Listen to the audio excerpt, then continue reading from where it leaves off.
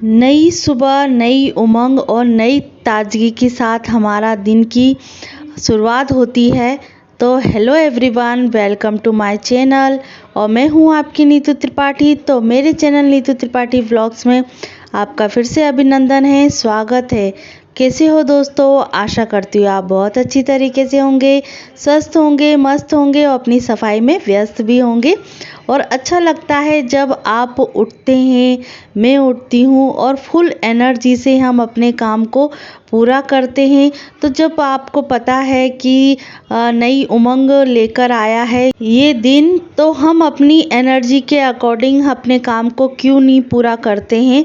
तो आज से ही लग जाइए अपने त्योहारों की तैयारी में और अपने कामों में। आप कितनी भी व्यस्त हों तो अपने लिए, अपने फैमिली के लिए, अपने घर के लिए टाइम तो निकालना ही पड़ता है, क्योंकि ये हमारा घर है और सुख शांति का प्रतीक होता है। जब आप घर की सुरक्षा करते हैं, साफ सफाई करते हैं, तो तभी तो हम अपने आप को इस सुखी संसार में एक शांति से रह सकते हैं। जब हमारे घर में माँ लक्ष्मी जी विराजमान होंगी, तो इससे पहले हमें अपने घर को साफ सुथरा कर तैयार रखना है।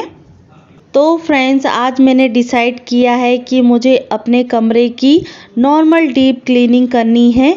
और वैसे 2 दिन तो लगते ही हैं, क्योंकि एक जॉब करने वाली लेडीज़ को सब चीज़ें मैनेज करनी होती हैं और रूटीन फॉलो करना पड़ता है। जॉब भी देखना पड़ती है, बच्चों को देखना पड़ता है, क्योंकि बच्चों की भी एग्ज़ाम की तैयारी भी होने वाली है। क्योंकि दिवाली मतलब फिनिश होगी, उसके बाद से ही बच्चों की एग्ज़ाम स्टार्ट हो जाएगी, तो वो भी हमें पहले से ही प्रिपेयर करना पड़ता है। जैसे दिवाली आ रही है तो दिवाली से पहले हमें साफ़ सफाई करनी होती है, शॉपिंग करनी होती है, सब चीज़ की प्री प्लानिंग करना बहुत ज़रूरी होता है। यही एक संसार का, जीवन का रहस्य है, आधार है। तो ये चीज़ बरकरार रहनी चाहिए, प्री प्लानिंग कर रखना चाहिए कि आखिरी में हम बैठे ना रह जाएं कि हमने क्या किया इतने दिनों में।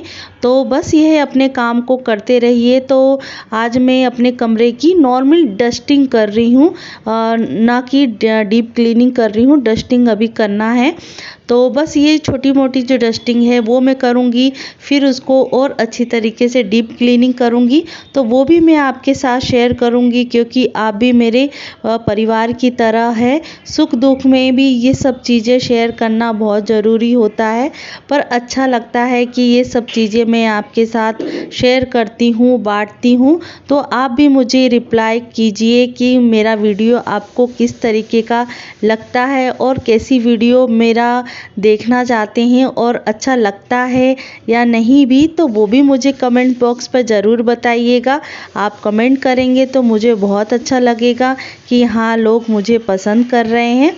तो बस ये है कि व्लॉग को कंटिन्यू देखते रहिएगा। बस ये है कि हम अपने काम को निरंतर करते रहें।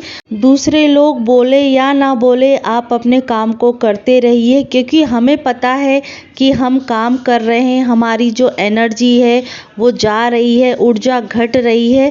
क्योंकि हमारी जो ऊर्जा है वो मेहनत की तरफ जाती है, कुछ प्राप्त करने के लिए जाती है। कोई मेंटली मतलब स्पेंड हो जाता है, कोई बॉडी से स्पेंड होता है। मतलब कहीं ना कहीं ये सब चीज़ें व्यर्थ होती हैं, और ये जो चीज़ें हैं वो व्यर्थ नहीं कहा जाता है, ये किसी चीज़ को पाने के लिए कहा जाता है। क्योंकि हम किसी चीज़ को मेंटली करते हैं, शारीरिक रूप से किसी चीज़ को पूरा करने के लिए मतलब व्यतीत करते हैं, तो वो ज़रूर हमें एक फलदायी फल देने वाला होता है। ये आप ज़रूर रखिएगा कि दिमाग से किया हुआ काम जो होता है वो हमेशा फलदायी होता है। और शरीर से किया हुआ जो हमारी ताकत होती है, ऊर्जा होती है, तो उसके के ज़रिए हम अपने काम को करते हैं, तो हमारा घर, हमारा संसार, हमारा मतलब एक तरीके से सब चीज़ स्वच्छता की ओर बढ़ता है। तो ये भी करते रहिए, क्योंकि बिना मेहनत का कोई भी फल नहीं मिलता है। थोड़ी सी कीजिए पर कीजिए ज़रूर, बैठने से कुछ नहीं होगा। आप एक सीढ़ी चढ़िए, फिर दो सीढ़ी चढ़िए, इसके अकॉर्डिंग ही आप अपनी सफलता की ओर पा सकते हैं। तो देखिए यहाँ मैंने पर्दे भी धो दिए हैं, क्योंकि पर्दे भी काफ़ी टाइम से हो गए थे। कि ये पर्दे उस तरीके से हैं जैसे स्क्रू वाले होते हैं ना, क्योंकि एक जनों से निकलने वाला ये सिस्टम नहीं होता है, क्योंकि इसका जो पाइप है ना वो बहुत बड़ा है, तो 2 जनों का सहारा लेना पड़ता है तब ये निकलते हैं।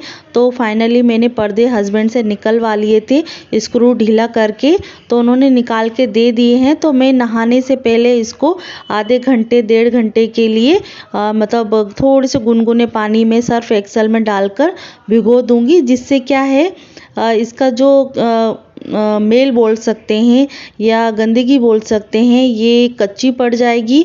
तो जिससे क्या है मुझे आसानी हो जाएगी धोने के लिए। और महंगे रहते हैं, ज़्यादा महंगे भी नहीं हैं, मतलब पर्दे हैं तो थोड़ा कॉस्टली तो होते ही हैं। पूरे घर के लिए पर्दे हमने मंगाए हैं, तो सोचती हूँ कि इसको वॉशिंग मशीन में ना धो के अपने हाथों से धो दूँ। पर ये है कि और भी बहुत सारे कपड़े थे जो इनकी ड्यूटी के थे, बच्चों के थे और मेरे डेली वेयर के थे, मम्मी पापा के, सबके मतलब रहते कपड़े तो वॉशिंग मशीन में डालते हैं। तो वही कपड़े हो गए थे इतने सारे, तो सोचा कि इसको मैं डाल देती हूँ। तो ये सिर्फ अकेले मेरे ही कमरे के मतलब पर्दे हैं। फिर 1 बाय 1 मैं हर कमरे के कपड़े धो दूँगी, पर्दे धो दूँगी। तो किचन के बाकी हैं, कमरे के बाकी हैं, मम्मी के कमरे के बाकी हैं, तो मेरे कमरे के ज़्यादा हैं। तो सबसे पहले मैंने इसी को धो दिए हैं कि जिससे ज़्यादा मुझे बाद में मेहनत ना करना पड़े।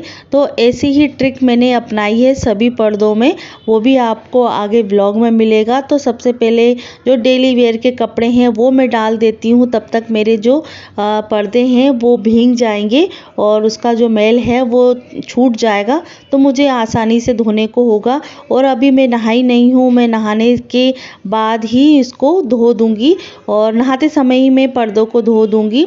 क्योंकि मतलब रहता है ना कि कॉस्टली महंगे पर्दे हैं तो इसको अपने हाथ से ही रगड़ने में जाएं, क्योंकि जो उसका जो पूरा पर्दा ख़राब नहीं होता है, क्योंकि बच्चों का घर है, कभी कभी गीले हाथ लगा देते हैं, गंदे वाले हाथ लगा देते हैं, तो वो उतना जो जो पार्टीशन है ना छिक जाता है, जो अलग से दिखता है वो ज़्यादा गंदा दिखता है। तो वही चीज़ मुझे रगड़ने के लिए मैंने सेपरेट ही कपड़े डाले हैं। तो यहाँ आ गई हूँ मैं फिर से किचन में, क्योंकि मुझे किचन तो मेरी क्लीनिंग हो ही चुकी थी, जो मेरे पिछले वीडियो में आपने देखा है। और ये मैं दूसरी बार फिर किचन क्लीन करूँगी, क्योंकि डब्बे हैं, बॉक्स हैं, ये सब क्लीनिंग किए थे और डीप क्लीनिंग बाकी है, जो थोड़ा सा रेक वेक निकालने के बाद होता है ना, तो वो चीज़ हो चुकी है। क्योंकि देखिए हफ्ते भर के अंदर भी क्लीनिंग करना बहुत ज़रूरी होता है। और क्योंकि धूल मिट्टी आती ही रहती है, क्योंकि जो हमने 15 दिन पहले भी साफ़ सफाई की थी, अब 15 दिन बाद भी वही चीज़ हो रही है, क्योंकि धूल मिट्टी आती रहती है, तो करना भी बहुत ज़रूरी होता है। तो आज सभी का मन कर रहा था भजिए खाने का, तो आपको पता ही होगा, तो जब भजिए का नाम आ जाता है तो वैरायटियां शुरू हो जाती हैं। जैसे प्याज के भजिए हैं, आलू के हैं, गोभी के हैं, बैंगन के हैं, और मेन शिमला ये अपनी जो हरी मिर्ची होती है, बड़ी वाली मिर्ची, तो उसके भजिए बहुत ज़रूरी हो जाते हैं। तो चलते हैं अब भजिए भी बना लेते हैं। तो यहाँ मैंने बेसन थोड़ा सा भिगो लिया था, जिससे क्या जो बेसन गुठले ना पड़े, और थोड़ा सा नमक डाल के, धनिया डाल के और थोड़ा सा अजवाइन डाल के मैंने इसको उसका बैटर बना लिया है। और बस ये है कि इसका घोल तैयार करने के बाद मम्मी ने मुझे ये आलू चिप्स जो है भजिए बनाने के लिए वो काट के दे दी थी, क्योंकि अभी सभी का नाश्ता, और कुछ ऐसा नाश्ता होता है ना तो सभी के लिए एक जैसा हो जाता है। पर अभी पापा के लिए बन रहा है, पर बेटर मैंने इकट्ठा बना लिया था। भजिए सभी के लिए बनेंगे, पर गरम गरम भजिए सबके लिए होते हैं तो ज़्यादा ठीक रहता। अभी पापा का खाना खाने का टाइम हो रहा है, मतलब नाश्ता करने का टाइम है, तो मैं अभी पापा के लिए बना देती हूँ। जब हस्बैंड खाएंगे तब मैं उसी बैटर से हस्बैंड को मतलब उनके लिए ब्रेकफास्ट बना के दे दूँगी। तो यहाँ मैं अभी बना रही हूँ फर्स्ट ऑफ ऑल प्याज वाले भजिए, फिर उसके बाद बनाऊँगी बैंगन के हैं, आलू के हैं, और फिर लास्ट में बनाऊंगी मिर्ची वाले भजिए। और ब्लॉग को बिल्कुल स्किप करके ना देखें, और अच्छा लगता है तो कमेंट बॉक्स में ज़रूर बोलिएगा कैसा लगा वीडियो। और अच्छा लगता है तो मैं उसी तरीके के वीडियो आपके सामने लाया करूँगी।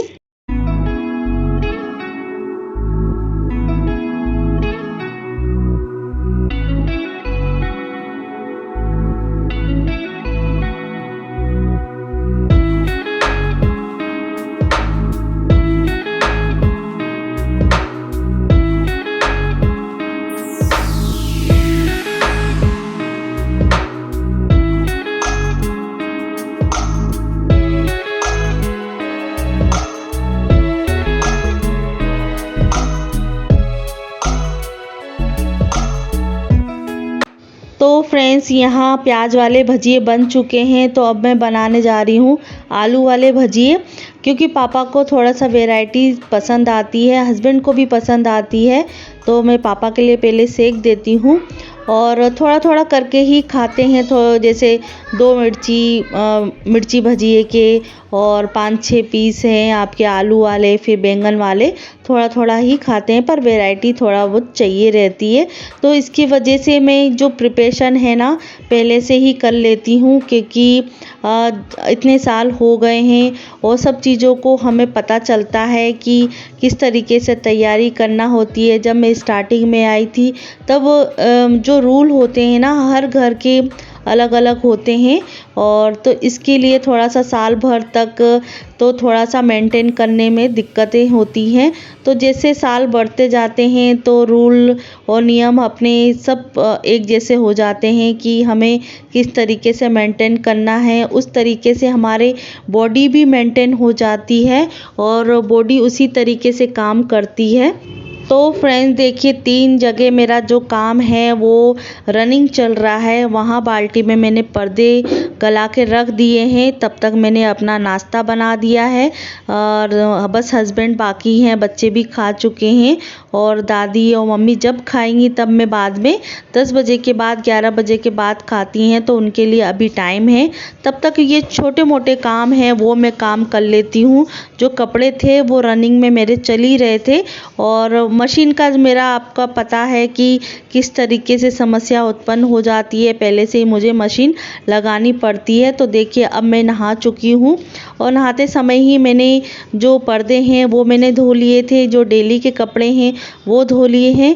और 3 पर्दे तो नॉर्मली खिड़की के ही हैं, क्योंकि खिड़की हमारी एक ही है कमरे में, और उसमें 3 पर्दे लगे हुए हैं, और 2 दरवाजे हैं, तो 2 दरवाज़ों के मतलब 4 पर्दे ये हैं। तो इसके वजह से मैंने आज अपने कमरे के ही पर्दे निपटाए हैं। तो अब चलते हैं नहा धोकर छत पे, मतलब पर्दे सुखाने के लिए, क्योंकि कपड़े सुखाने के लिए, क्योंकि नीचे इतनी स्पेस नहीं रहती, क्योंकि बच्चों के कपड़े ही नीचे आ जाते हैं सूखने के लिए। पापा के, मम्मी के, दादी के सब कपड़े नीचे रहते हैं, तो जगह नहीं थी। तो फिर मैं छत पर आ गई हूँ कपड़े सुखाने के लिए। तो यहाँ देखिए 3 बाल्टी हो चुकी हैं, तो 1 बाय 1 मतलब नीचे से ऊपर लेके मतलब एक सीढ़ी चढ़ा रही हूँ, क्योंकि फिर नीचे से मैं फिर ऊपर जाऊँगी, ऊपर से फिर नीचे आऊँगी, तो 3 से 4 चक्कर लग जाएंगे। इससे अच्छा मैं एक सीढ़ी उसको चला के अपना काम बना लेती हूँ। पर ये सोचती हूँ कि कम मेहनत में कम समय में काम हो जाए तो ज़्यादा ठीक रहता है। तो बस यहाँ देखिए ये चारों तरफ का जो माहौल है बहुत अच्छा है। थोड़ी धूप तो अच्छी तरीके से निकल आई है, इसलिए मैं छत पर आई हूँ। तो चलते हैं, आपको छत का नज़ारा भी दिखा देते हैं। तो देखिए यहाँ रोज़ पौधों को पानी दिया जाता है, तो कितने हरे भरे हमारे पौधे दिखते हैं। तो इतने सारे कपड़े जो हैं वो एक अर्गनी में नहीं टांगे जाते, तो दूसरी साइड में भी दूसरी अर्गनी हमने टांग के रखी है, क्योंकि त्योहार का टाइम आ रहा है। तो फिर इसकी वजह से हमने 2 अर्गनी टांग दी हैं, क्योंकि किराएदार भी रहते हैं तो उनके कपड़े भी रखे जाते हैं, छत पर टांगे जाते हैं सुखाने के लिए। तो आशा करती हूँ आपको ये ब्लॉग अच्छा लगा होगा, और अच्छा लगता है तो लाइक कीजिएगा। और जो मेरे चैनल पे प्लीज़ नए हैं, विज़िट कर रहे हैं और पहली बार मुझे देख रहे हैं, तो मेरे चैनल को सब्सक्राइब कीजिएगा। तो ऐसी ही वीडियो में पारंपरिक वीडियो, धार्मिक वीडियो और घरेलू वीडियो मैं लेके आती हूँ आपके सामने। तो लाइक शेयर कमेंट ज़रूर कीजिएगा। तो अगले वीडियो में मिलते हैं नए वीडियो के साथ में। तब तक अपनी जो दिवाली की साफ़ सफाई है उसमें लगिए और अपने काम को पूरा कीजिए, अपने घर को साफ़ रखिए।